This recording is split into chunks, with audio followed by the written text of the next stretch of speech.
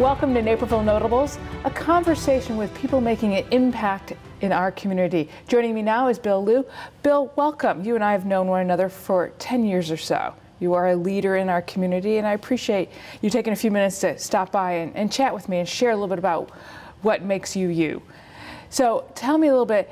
I've always been curious, how did you first come to the U.S. and what made you want to come here?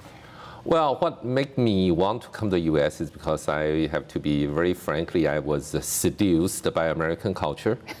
And you never know that how, seductive or toxic American culture is to the outside the world. True. So I grew up and, listened to American pop music, watching American movies. So and where did you grow up? I grew up in Taiwan. Okay.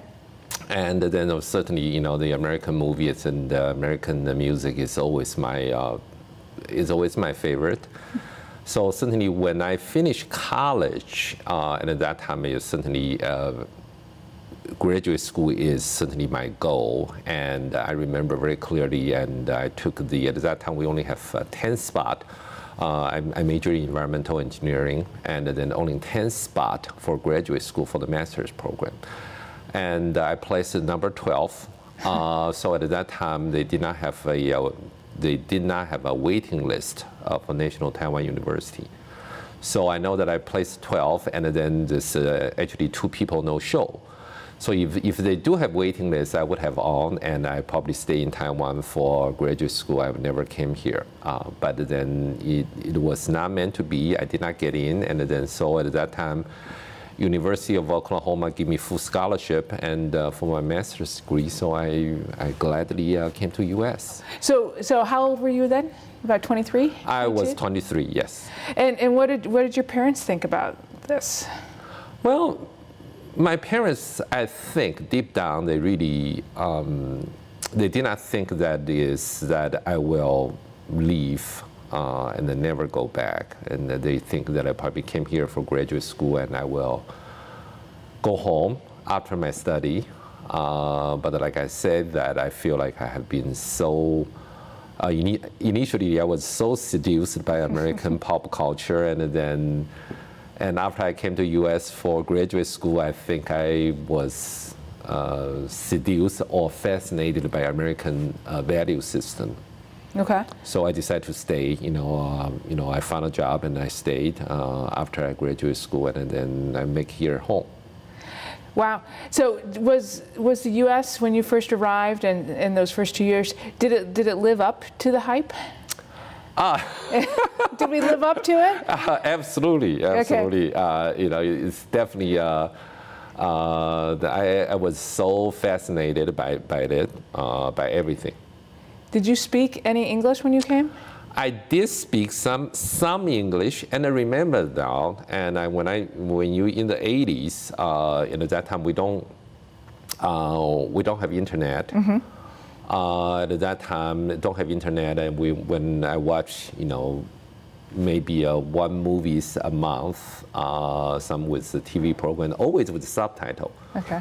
And I never really, at that time, I never spoke to any American or any person in English in my life.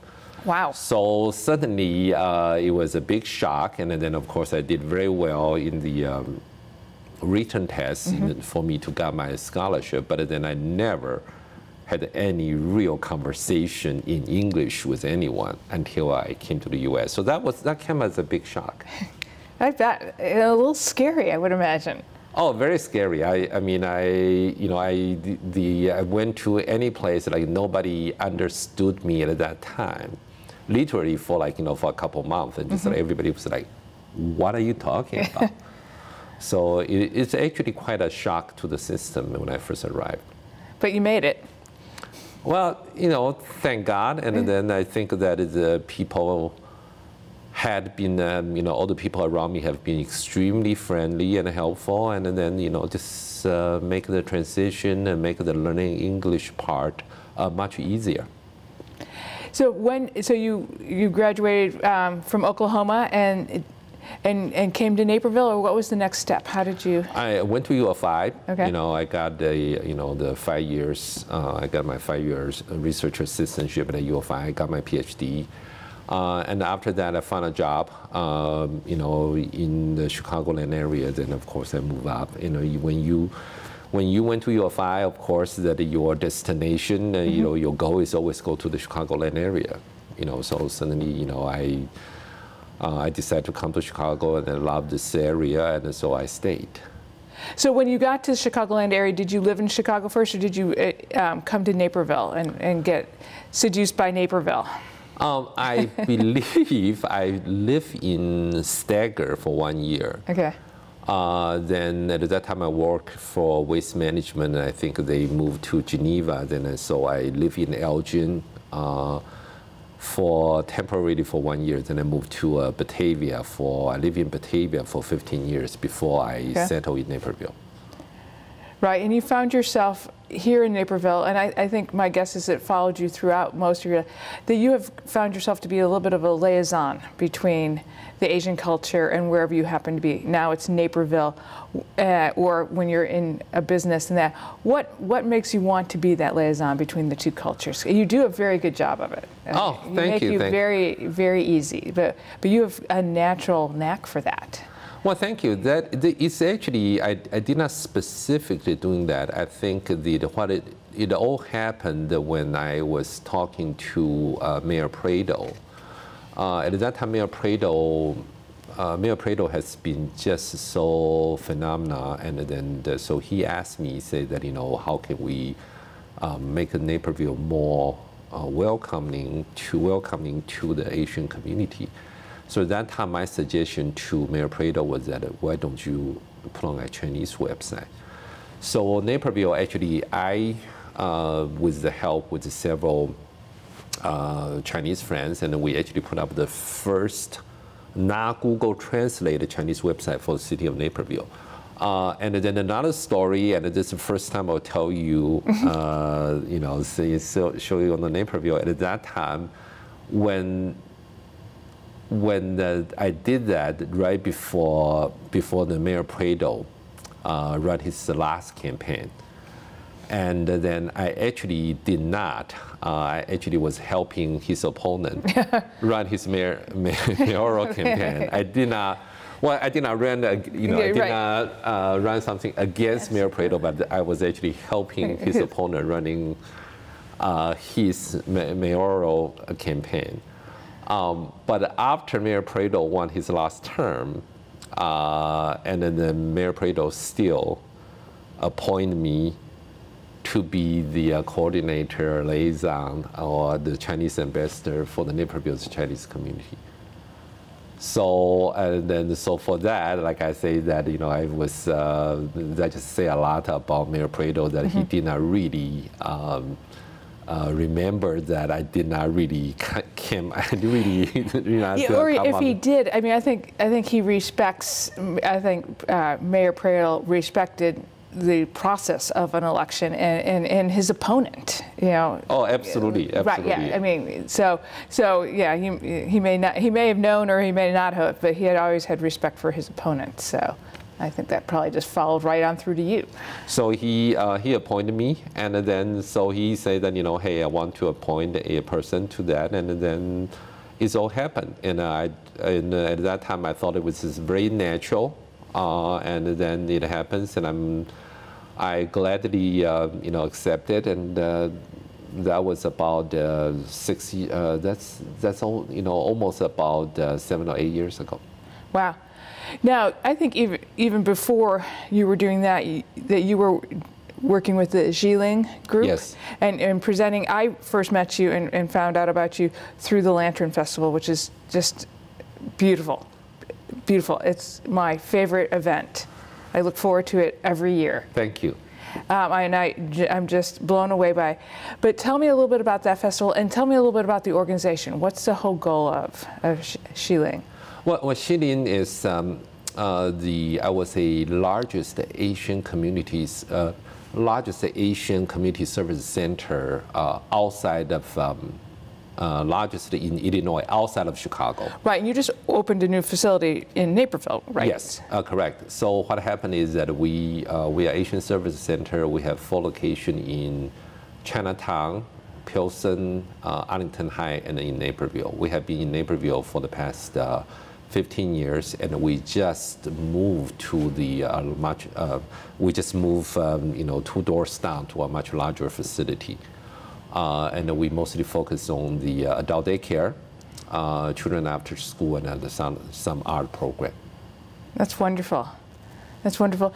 What do you think, as with Naperville, the Asian community is making up close to 14% of Naperville. So when you first arrived 15 years ago to now, how do you feel that the two communities, the two cultures have come together? Have you seen big improvement? Oh, absolutely. I think the interesting thing, one thing I did not mention when I was a graduate student at the U of I, and I remember that each summer, the Midwest student will have a Chinese culture, I forgot, a Chinese culture camp. And that, forgot which year that was, either 86 or 87, that was done in Atlanta. U of I was actually hosting it. So the Chinese community from all over the Midwest have all kind of event, performance. And the largest groups, they actually come from Naperville. At that time, Naperville was a little bit different. Naperville's have a huge Chinese choir. At that time, most of the Naperville has, at that time, has Amical Research Center. Naperville at that time has AT&T Bell Lab. Naperville has Snelco Chemical at that time. So Naperville, around 88, that was almost kind of like a mega for the high-tech engineering scientists. So at that time, I know of Naperville. So at that time, I just, saw the choir, Naperville Chinese choir. They have a couple of very famous singers, and at that time, all live in Naperville. So that's why the first time I heard of Naperville. And then that time is, and then of course, right now, Naperville certainly has changed. And I think that first of all the big employees had, both big employers has already moved out. So right nowadays, a lot of in Naperville residents, the Chinese residents actually live, work in Chicago and commute, and back and forth. And then I think the population definitely has grown, and then the population is larger, and then the Chinese culture, meaning that bring a lot of their parents here.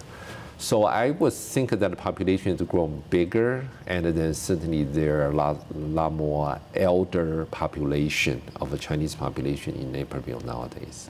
What is the one thing that we might not know about the Asian community here in Naperville? The one thing that might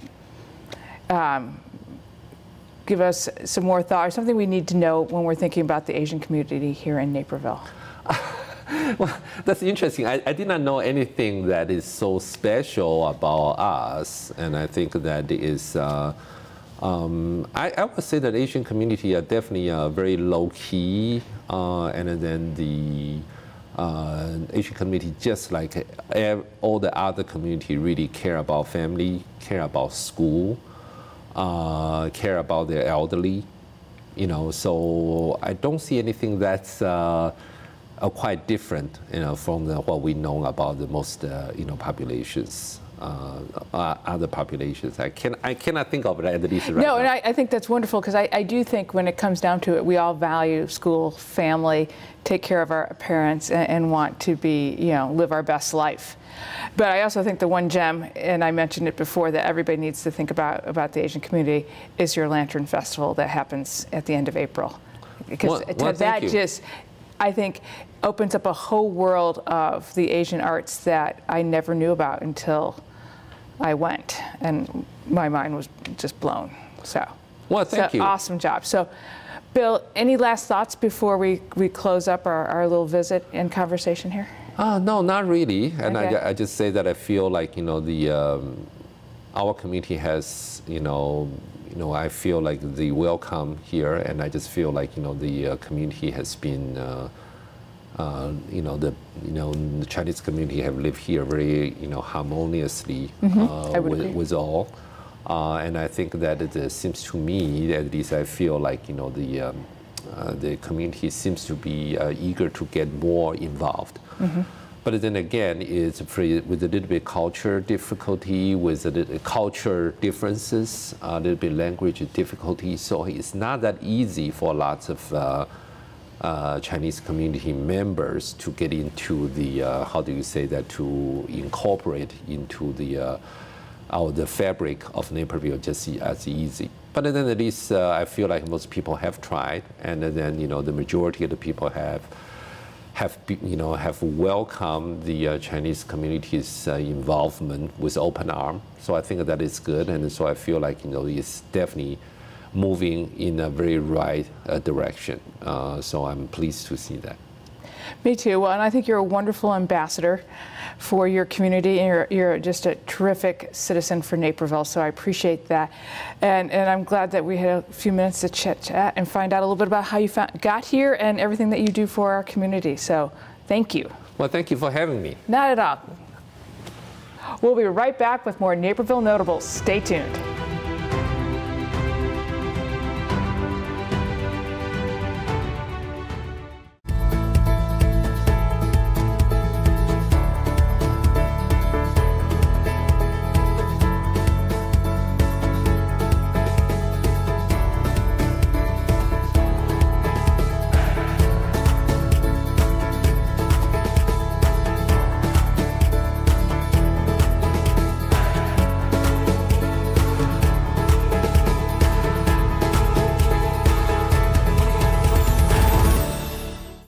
Downtown Naperville this spring, with over 100 shops from national favorites to one-of-a-kind boutiques, plus over 50 restaurants, and health and beauty options too. Downtown Naperville is the premier shopping destination in the western suburbs. And don't forget about Downtown Naperville gift cards. They make a perfect gift for every occasion. Come shop, dine, stay, and have fun in Downtown Naperville.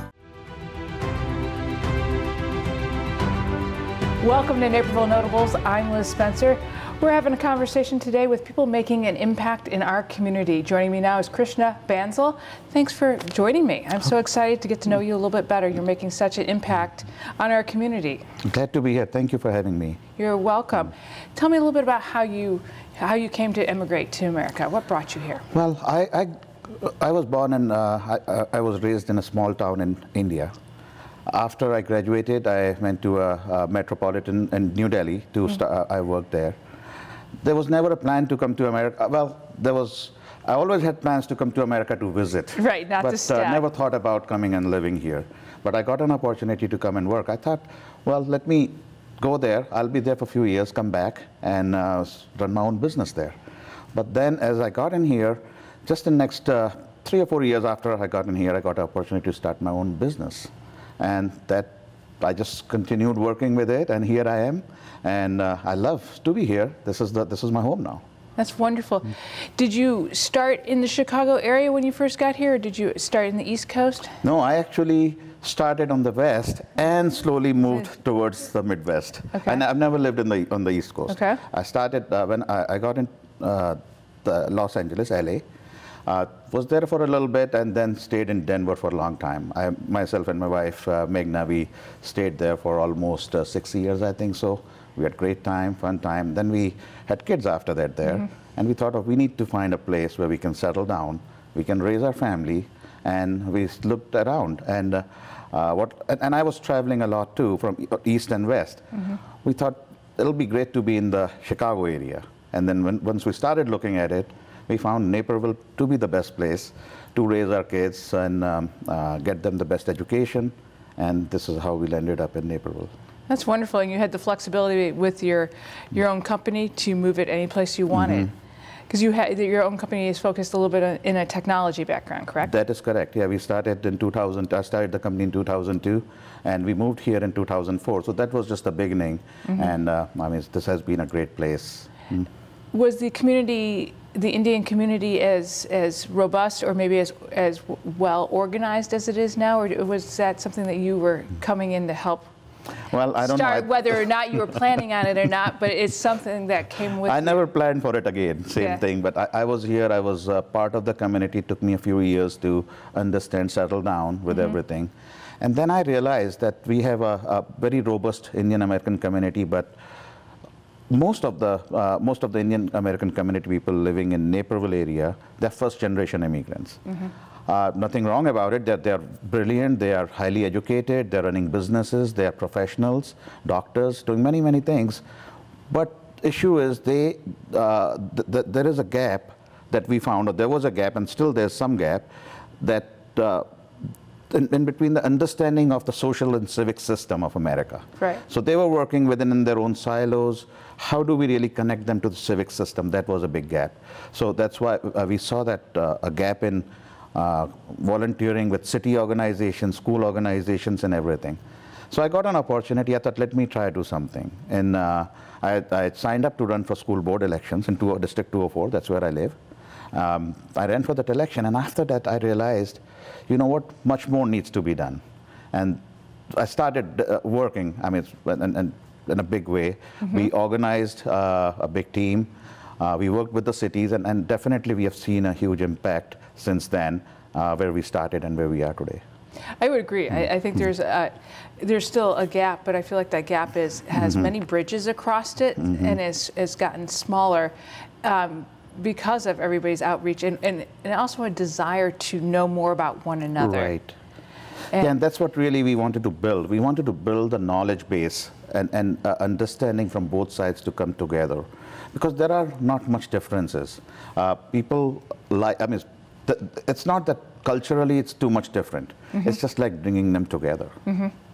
Right. Well, I'm happy to hear you say that, because I don't feel that culturally. I think everybody has the same desire to raise a family in a safe place, have them well educated, and to have good neighbors. I don't think that is one culture or another. That's just exactly. I mean, it's just raising a good family, raising. I mean, having good time. And that's what the desire is. Be successful. Right. So you've got a group called Indian Community Outreach. Right. Tell me a little bit about that. So let me tell you the history about how it started. Yes. So I told you a little bit about why I ran for the school board election. Right. I came out and I lost that election by a very small margin, very tiny margin of 100 votes or whatever it was. In a local election, that's a lot. Right. And I told you that was the first time I was in your studio. But I came out of it, and I really realized after that the gap is people don't understand the importance of local government. People don't know how important it is to vote during the local elections, serve on the local boards and commissions, and also participate with the schools. And it's not their fault. The reason is, especially the first generation immigrants I'm talking about, because the system, India being India is also a democracy, but system is a little bit different. Their things are run by bureaucrats, all nominated or not nominated, all employed people. Right. Versus here, people give their time and they give the resources to run and make our local system more efficient. So that was the gap. We saw that gap. We needed to educate. We understood that we need to educate people to start participating. And with that, I went to the mayor at that time, Mayor Pradel, and also approached Mayor Weisner in Aurora to see what can we do. We thought about this idea of starting a community outreach program. Both mayors agreed, and both mayors implemented it. They did it in a different way. Aurora did a city board, but Mayor Pradel said, you know what, let's start a program. He made me the lead of that. He said, you be the ambassador to the community, you be the lead, and build a non-profit organization that can do all that. So we started with that thought in 2013, Indian Community Outreach. Mayor announced this program right at the India's Independence Day on August 15th at the City Hall that we are doing this, and it was formalized by the City Council after that. Since then, we have been working with our motto of educate, integrate, and empower the communities, and we have been very successful. That's how this thing started. No, I think you've done a terrific job, and I do think that the cultures have come together, and I think it's smart, because if we look, and you arrived in 2002, and we're in 2019, you're about ready to, and your children have grown up. Yes. And so soon, being the first generation here, there's going to be a second generation. Yes, definitely. My daughter is, she just graduated out of Obonzi Valley High School, going to college this year. Right. So, so you have set in motion something that next generation can carry. That must give you a lot of pride. Oh yes, definitely. They feel we have the second generations. They really have started getting into the system. They have started understanding, liking about what their roots are, while really working with the American system. So they bring best of both the worlds. They do, and they help with their friends in that to introduce the Indian culture to non-Indian people. And, Right. and I think we all, like everybody else, we all want to have a little bit of guides. And that's one of the things I really like about the festival at the end of the parade and things that you allow us into your culture, whether it be with food, and you see the music, you bring in a really top-notch performer. Right, yeah. That just opens up our world of, oh my gosh, look at this. And I think it's a wonderful gift to the community. Right, thank you. And I think that's what, and this is a big effort. Yes. We have hundreds of volunteers, they get together. They work year-round to make this happen. I'm just fortunate enough to lead and come up with this, to get things together. But I have an army of volunteers who are helping me and working with this initiative. Well, and I appreciate that. But you also, with the Indian Outreach Organization, you're not just doing that festival and that parade. You do so much more. Yes, let me just give you a few highlights of what we do. So, India Day is education and culture. But our prime thing has been education. How do we really get to the issues? How do we help people solve their issues? At any place, when community grows, so do some of the problems. They may be hesitant to come out and discuss and talk about them. So we don't want them to be carried within themselves. We are trying to reach out to them. We are organizing forums, seminars, one-on-one discussions on how can they deal with the issues, whether they are personal, civic, social, or even business related. We have created such a strong program where people go out and help these people. We have resources from the city. We connect them with the city. So if they need any help from the city or the police or anywhere else, we are fortunate to be able to connect them to the right places. So that is one thing. We are helping our students by giving scholarships. We are working with the program for empowerment, where physical as well as emotional, as we see as community grow again, and there is a lot of pressure on our youngsters to be successful. So while doing that, there are emotional issues, so we're trying to deal with them as well. So multiple things all year round we have been working around with our community. Well, and I think it's wonderful because you've created a place where everybody can come and get a lot of information, whether they need help or they just want to learn more. And it's whether Caucasian or Indian, it's a great resource. And the biggest thing, other way we have done is we have, I think, and I was talking to Mayor the other day, and people do agree that we have been able to help Naperville from the economic standpoint by bringing a lot of businesses to come and work in Naperville. So it is a win-win situation, and a lot of people are serving on our city boards now. I mean, I personally have been on the Planning Commission for a long time, but there are many other, my colleagues, my friends, people from general community who are serving on many city boards. They're working with the school, we got Natasha elected on the school board, and we have other people working with the city, school and city organizations. So, I mean, I think has been a great run. It has been a great thing, and just think that it started with you arriving here in Naperville many years ago. So, Krishna, thank you so much for coming in, sharing a little bit of your story. Thank you for what you do. It is a big service to the community. You have really been that bridge, and I appreciate it. I feel very fortunate that I'm able to play some role, and I do feel fortunate that so many people who come out and help. So, right, well, it takes a leader sometime to say, come join me, and you're that leader. So thank you so much. Thank you, Liz. Thank you for watching Naperville Notables. I'm Liz Spencer.